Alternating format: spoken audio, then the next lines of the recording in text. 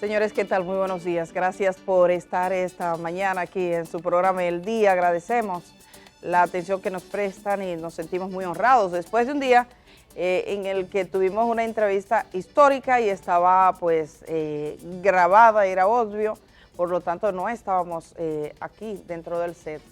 Muy buenos días, Indira Suero, David Álvarez Martín, ¿cómo están ustedes? Pues muy bien, buenos días Indira, Edith. Efectivamente la entrevista de ayer, que por supuesto la comentaremos más adelante, tuvo tanta relevancia que prácticamente opacó en las redes las medidas anunciadas por el gobierno para enfrentar el costo elevado de las materias primas, los productos para la agricultura y el petróleo. O sea, eso te habla de la importancia que tuvo la atención de las declaraciones del presidente, entrevistado por 8 grandes periodistas. Indira, ¿cómo amaneces? Bien, muy bien, Edith y David. Pues aquí ayer conmemorábamos la fecha del 8 de marzo y también tuvimos en el programa El Día la entrevista con el presidente Abinader, y hoy también celebramos el natalicio de Francisco del Rosario Sánchez, y pienso que es importante también que tengamos eso pendiente. Bueno, pues ciertamente, como dice David, tuvimos ayer la difusión de la entrevista al presidente de la República. Yo he compartido unas fotografías que fueron difundidas en el día de ayer sobre ese encuentro de 8 mujeres entrevistando al presidente de la República, y debo decir que hay muchos mensajes ahí juntos. Primero, que las mujeres podemos trabajar juntas, que podemos trabajar juntas estando y juntos también, estando en diferentes medios de comunicación, porque era gente que venía de diferentes medios, de Telesistema, y de este programa solo estaba yo, las demás venían de otros programas, y que el 8 de marzo es una fecha significativa para que las mujeres preguntemos a los que tienen el poder sobre las cosas que nos importan. Así que salió una entrevista completa. ¿Me pueden decir si tenemos esas fotos para compartirlas rápidamente? Para agradecer de manera, yo quiero agradecer de manera significativa el aporte de todas las que estuvieron participando. Primero, agradecer que el presidente de la República acogió la idea. Esta idea se la planteé personalmente después de una actividad en la que el presidente estaba, y él aceptó de inmediato. Ahí está Zenaida Méndez, Marién Aristi, Altagracia Salazar, Carolina Santana, Patricia Solano, Esperanza Ceballos y Marta Florian. Marta es de la agencia EFE, Esperanza Ceballos es de Univisión, Carolina de La Gran Pregunta, Patricia de La Cuestión. En el caso de Altagracia Sin Maquillaje, Marién Aristi es la jefa de redacción del periódico Hoy, y Zenaida Méndez es la jefa de la televisión pública de Nueva York. De modo que se ha difundido también internacionalmente. Zenaida, además, ayer recibía la medalla al mérito. Sí, ella fue justo la que recibió la medalla al mérito. Agradezco particularmente a Esperanza, que viajó desde Estados Unidos para participar en esta conversación. Hay muchísimos elementos que queremos mostrarles a ustedes y que queremos conversar, pero que lo haremos un poquito más adelante porque hay otras informaciones que compartir a esta hora de la mañana así rápidamente. Queremos comenzar con que ayer parecía un día accidentado por las lluvias. Sí. Y antes de ayer, dicen que ya van a disminuir en las provincias que están bajo alerta. El Centro de Operaciones de Emergencia ha retirado algunas de las provincias que estaban previstas como que tenían alerta de lluvias y posibles inundaciones. Tenemos 5, son las provincias que todavía deben estar pendientes: el Gran Santo Domingo, La Vega, Sánchez Ramírez, Monseñor Noel y San Cristóbal. Estas son las provincias que deben estar pendientes. Sabes que en este fin de semana, tanto el domingo como ayer, martes, yo estuve viajando entre Santiago y Santo Domingo, y en ambas ocasiones hubo trechos del viaje donde la cantidad de agua era tan fuerte que estaba cayendo que tuvimos que ir lentamente en el vehículo, poniendo las luces y tratando de evitar tener un choque. O había puntos, no era toda la carretera, pero por ejemplo en la cumbre el domingo cayó un aguacero enorme al finalizar la tarde que prácticamente tuvimos que quedarnos en un negocio esperando a que terminara la lluvia para volver a seguir conduciendo. Realmente en el Cibao ha caído mucha agua, no tanto así en el sur. Incluso uno ve sobre los mapas, el mapa que el COE ha estado difundiendo sobre las diferentes alertas. Ha sido todo un frente de lluvia, sobre todo en la zona del Cibao y Santo Domingo, pero mucha agua. Hay zonas con inundaciones, personas que han quedado aisladas en algunos casos por la gran cantidad de agua. Y el problema no es el agua, sino muchas veces las condiciones en las que vive la gente. Ahí veíamos casas destruidas, casas vulnerables, ¿verdad? Y también, Edith, el tema del sistema de alcantarillado de nuestro país, que también, además del tema del aspecto de autoridades y el cuidado que deben de tener las autoridades con este sistema, también está la educación de la gente de no tirar basura a las calles o de no acumular basura en las calles para que no se tapen estos sistemas, porque afecta no solamente cuando hay vaguadas, sino cuando hay cualquier lluvia que no es de tanta magnitud. Miren, y siguiendo aquí con esa mirada a los temas así fundamentales que generalmente echamos un vistazo, el tema del COVID-19 que sigue siendo una situación controlada, están invitando a la gente que falta a que vaya a vacunarse. Nosotros en este momento en República Dominicana tenemos ocupadas 7% de las camas y tenemos 6% en intensivo. En este momento tenemos 132 pacientes en todo el país ingresados, eso es de lo más bajo que hemos tenido en toda la pandemia. Y en cuidados intensivos tenemos 29, de los cuales 24 están con ventiladores. Si yo miro las provincias, o sea, grabamos ese número, 132 y 29 pacientes, es todo lo que tenemos. Voy a ver cuántos de esos están en el Distrito Nacional. En el Distrito Nacional hay solo 10 pacientes, wow. 10 pacientes ingresados y 11 en cuidados intensivos. Si sigo mirando algunas de las provincias, vamos a ver, yo voy a mirar, pues qué sé yo, La Romana. La Romana tiene un paciente ingresado, nada más. O sea, estas son estadísticas verdaderamente. La Vega, para mirar, La Vega tiene 3 pacientes en salas de hospitalización. O sea que está excelente el desempeño que tenemos en este momento. Probablemente, vamos a ver, generalmente están San Cristóbal. He hecho un vistazo a San Cristóbal. San Cristóbal tiene en este momento un solo paciente con COVID ingresado. ¡Wow! Eso es maravilloso lo que está pasando en este momento. Vámonos a Santiago, que es la provincia que siempre lleva la delantera, es la que aporta. Santiago, a ver que me fui a Santiago Rodríguez sin querer. Santiago, esto es como cuando hay elecciones, ¿verdad? Que te vas, sí, en las elecciones hay que mirar los pueblos. Esperando los resultados. Números. En el COVID y en las elecciones que se mira los pueblos. Sí. En el COVID aprendimos a mirar los pueblos y en las elecciones. Miren, en Santiago hay 49 pacientes, o sea, casi la mitad. Más que en Santo Domingo. Claro, Sí, Santiago sí, es más que todo el país generalmente. siempre.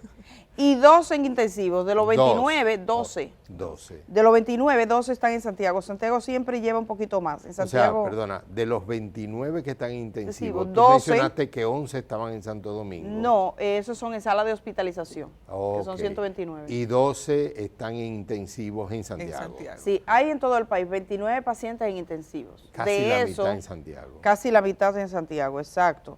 También destacar, Edith, que hay unas 400 camas destinadas al ingreso de pacientes con COVID que han sido retiradas de esta red hospitalaria de COVID en las últimas semanas y por igual ha habido una reducción en la cantidad de camas dedicadas a los pacientes en intensivos, lo cual es positivo, ciertamente. Sí, mira, casi todas las provincias están de a un paciente. La provincia de Peravia, un paciente en intensivo y un paciente en sala de hospitalización.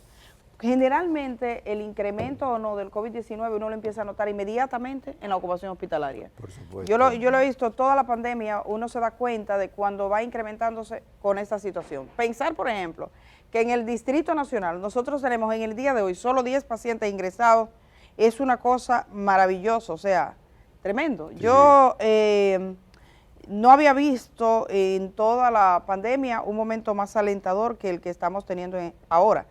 Y yo no sé los estudios qué dirán, porque probablemente se esté haciendo un análisis sobre lo que está pasando con el COVID-19 en República Dominicana, porque todavía hay países que mantienen las medidas y su nivel de ocupación hospitalaria sigue siendo significativo. Aunque dicen, bueno, si tiene ha tenido sentido la vacunación, qué efecto ha jugado, qué rol ha jugado el tema de la vacunación. Tenemos más de 5 millones de personas que ya tienen 2 dosis de vacunas al menos. Sería bueno ver un estudio, Edith, tal y como Sí, dices, un estudio sí. que pues dé informaciones de qué ha pasado, cuáles han sido los efectos de la vacunación, tanto positivos como entre comillas negativos, pero para saber qué ha pasado con todo este sistema de vacunación aquí en República Dominicana y también con otros aspectos de la enfermedad de la COVID. Entonces, esa es la situación que tenemos en el día de hoy con el COVID-19. Hay una información que ayer la difundió en Diario Nacional y que siempre la comentamos cuando ocurre, porque hemos dado seguimiento a múltiples casos. Hay un niño que lo mordió un gato con rabia, entonces la rabia que es de altísimo riesgo. Hemos visto experiencias en casos de niños, hubo 2 casos que fueron al Hospital de Santiago, hubo un caso de un niño que fue traído aquí al Hospital Infantil y que lamentablemente terminaron mal, pero la vacuna no la recibieron a tiempo. Al parecer, este chiquito, que es un niño de 3 años apenas, está en el Hospital Pediátrico Universitario Arturo Grullón, y según los datos preliminares, este niño no presenta riesgo, o sea que tiene muchas esperanzas, parece que fue tratado a tiempo. Si tratamos este tema es para decirle a las familias que nos ven, sobre todo a la gente nuestra que está en las comunidades campesinas, en los lugares apartados, porque ese niño, por ejemplo, viene de una comunidad campesina. Entonces, a toda la gente de los campos de nuestro país, que es donde suele ocurrir por la presencia de gatos y perros no vacunados, que vayan inmediatamente al médico. Eso que la gente decía, ve, ponte la antitetánica, eso es vital. Ponerse esa inyección que va a evitar que la rabia tome cuerpo es fundamental. Se lo decimos de nuevo. Y por supuesto a las autoridades que mantengan la vigilancia. Nosotros tenemos muchas veces descuido en la vigilancia de temas como este, de la rabia o lo que ocurrió con la fiebre porcina de los cerdos. O sea, hay que prevenir esto y la única forma de prevenirlo es manteniendo una vigilancia epidemiológica en animales, en vegetales. Recuérdense cómo tuvimos el riesgo de perder exportaciones hacia Estados Unidos por permitir que enfermedades vegetales avanzaran. Entonces, la única forma, igual que el COVID, fue toda una labor de ir siguiendo e ir actuando sobre la enfermedad, también en animales y en plantas, la única forma de evitar que casos como estos ocurran, nos afecten en la economía o en la salud, es dándole vigilancia, teniendo buenos equipos que vayan regularmente controlando ese tipo de enfermedades que se transmiten. Miren, sí, Hay que recordar, David, que en octubre de 2021 estuve viendo, se realizó una jornada nacional que decía por 0 casos de rabia en República Dominicana. Entonces, también invitar a las autoridades a continuar dándole seguimiento a y también seguimiento justamente a este tipo de jornadas que son bastante necesarias. Y como mencionaba Edith, en zonas alejadas de las grandes ciudades se necesita bastante. Miren, señores, pasando a otro tema, ayer era el Día Internacional de la Mujer, una fecha que conmemora y reivindica los derechos de las mujeres en todo el mundo. Eso no es casual, se puede estudiar los análisis que hay de la situación laboral, la violencia contra las mujeres, el acceso a los servicios básicos, la participación política, la participación en los escenarios de decisión. Yo le decía al presidente, por ejemplo, en la entrevista, que el presidente refería que aquí tenemos todas gobernadoras. Ayer me decía una gobernadora que no tiene presupuesto, entonces digo, wow, una gobernadora sin presupuesto, que llamaba, ese es el gran problema. Pero cuando se hace la fotografía central del gobierno, que usted dice, tenemos la foto del gabinete, vamos a ver esa fotografía, pues ¿qué pasa? Solo hay 2 mujeres, el Ministerio de la Mujer, el Ministerio de Cultura, son las únicas 2 mujeres cuando vemos la cúpula empresarial, cuando vemos todo. Bueno, esta fotografía que nos comparten ahora fue parte de la entrevista, ¿no? Del momento de la entrevista con el presidente, algunas de las mujeres que estuvieron en estudio. Entonces, todavía falta mucho y muchas veces vemos escenarios de violencia en perjuicio de las mujeres que mandan un mensaje duro. Yo quiero pedir, por favor, una historia, venga conmigo, de la libertad que se ordenó ayer de Alexis Villalona. Esto fue viral, este caso. En cierto modo, yo tenía la idea, uno podía, si usted ha estado pendiente de cómo marcha la justicia y en cierto modo también de las posibilidades que había, era previsible que Alexis Villalona obtuviera la libertad como la obtuvo. Él golpeó a Santa Arias, ustedes recordarán, le dio varias veces, la pateó y la abandonó, ella cayó inconsciente después de recibir un trompón, pudo haber muerto. Ella retiró la acusación en algo que fue bastante polémico y que suele ocurrir con las víctimas, retiró la acusación. Una vez se retira la acusación y dado que no hubo una muerte, que es como que la justicia aquí está muy, pasa mucho en sus decisiones por ese aspecto, dicen, bueno, la golpeó pero no murió y entonces puede estar libre. Eso es casi como que se ve venir prácticamente. Ayer obtenía la libertad de Alexis Villalona, él habló y este medio también trabajó otros aspectos, así que vamos a ver la historia que la hizo Fabiola Núñez. Como lo podemos recibir con una fiesta, lo podemos recibir con los brazos abiertos, con un abrazo, con lágrimas, no se sabe todavía, hay que esperar el momento. Así recibirán los familiares y Alexis Villalona a su pariente luego de pasar tras las rejas 1 mes y 8 días acusado de violencia en contra de Santa Aria tras un accidente de tránsito.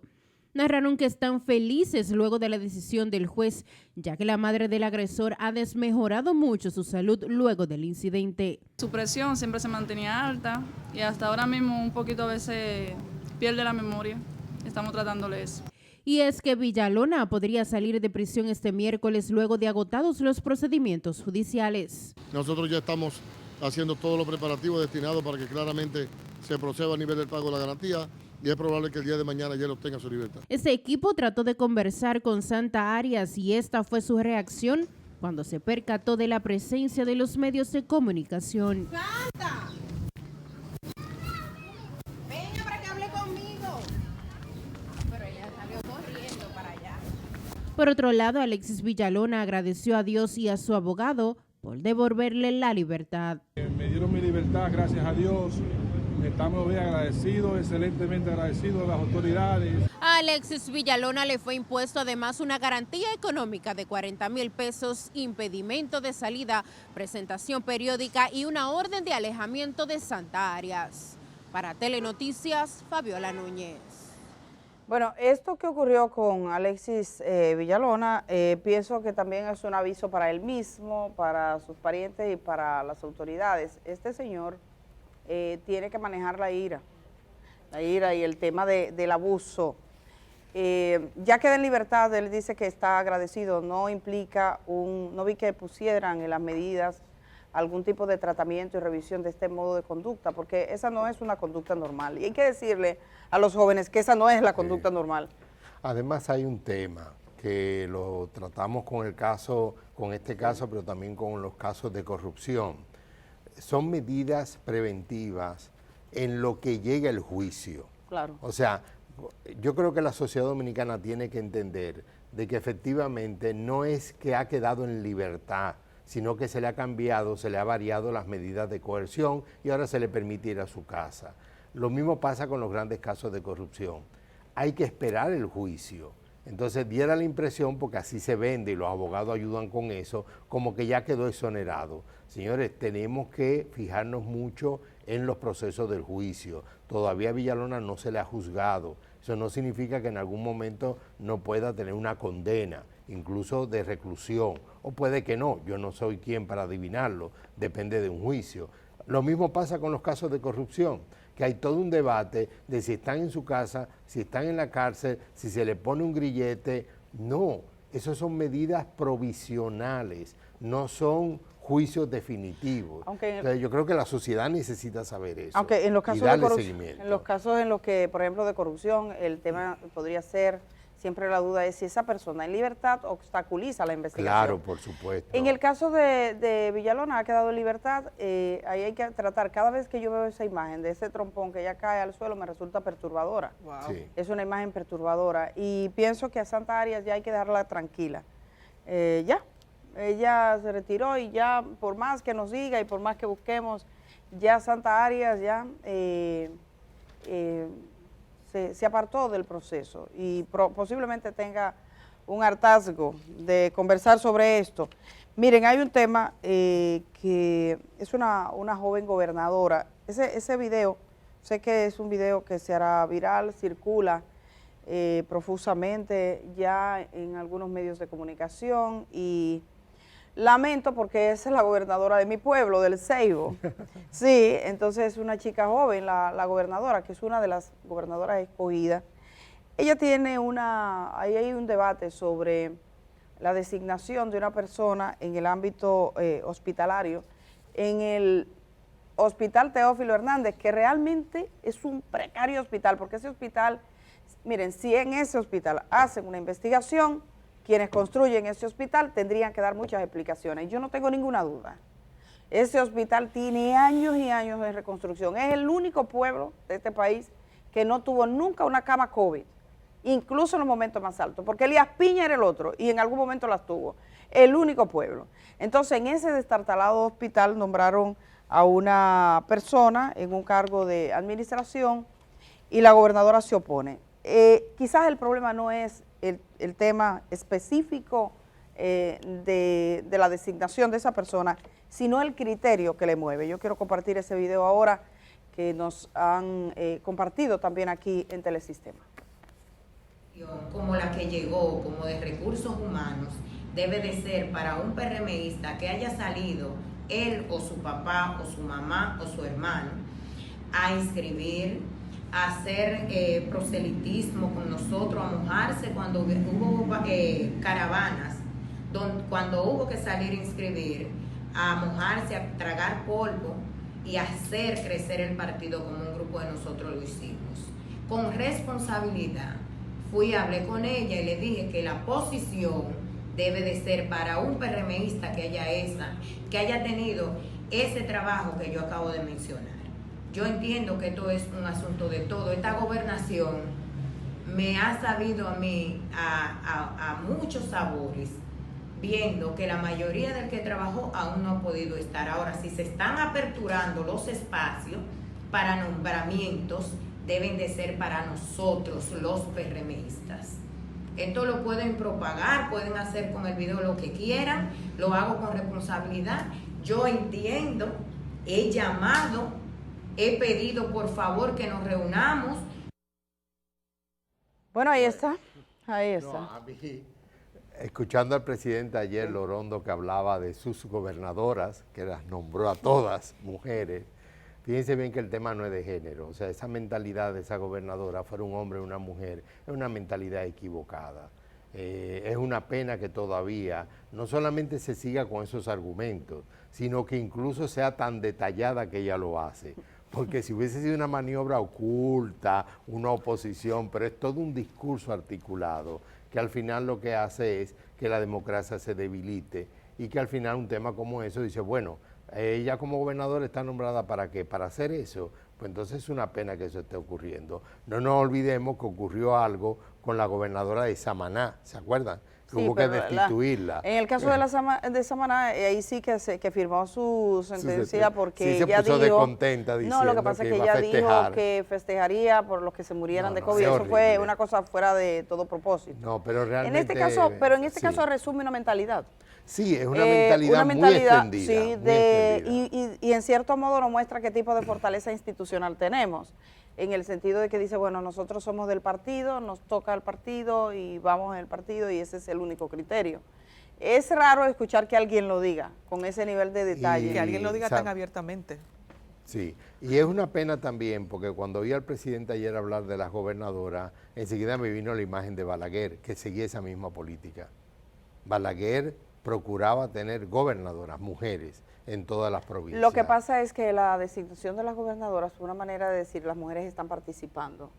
Esta es una funcionaria joven, yo lamento muchísimo escuchar estas declaraciones, quizás si pudiera tener un poquito más de criterio, incluso no lo expresa del modo en que lo hace, o sea, bajo el que caravaneó, el que sudó, el que caminó para ese el cargo. Eso no quita, evidentemente, que si un partido político llega al poder, quiere tener actores propios del partido para ejecutar los planes de gobierno que tiene. pero eso es una cosa que no puede ser el criterio único y válido para la designación de un funcionario. De verdad que me apena muchísimo esta declaración que tiene toda la vocación de ser viral. Ese es el tipo de documentos que se genera y bueno, tendrá muchas cosas buenas el CEIBI, tendrá muchas cosas buenas la gobernación, pero este tipo de videos se superpone a todo. Yo quisiera ahora, me están diciendo que nos vamos a la pausa. Vamos a irnos a la pausa porque cuando regresemos, hoy Uchi Lora tiene su comentario. Así que cuando regresemos de la pausa, señor director, vamos a estar con Uchi Lora y posteriormente vamos a conversar con la presidenta del Comité para el Desarrollo de la Mujer, de una cooperativa importante de enfermeras en el país. Se ha hecho una guía de atención de mujeres maltratadas en el área de emergencias y urgencias. ¿Qué está pasando con eso? ¿Qué pasa con las mujeres que llegan violentadas a las urgencias de nuestro país? Ella nos va a contar, es alguien que lo ha vivido por muchos años, por décadas, trabajando en centros de atención pública. Así que hacemos el cambio, cuando regresemos estará Uchi Lora aquí.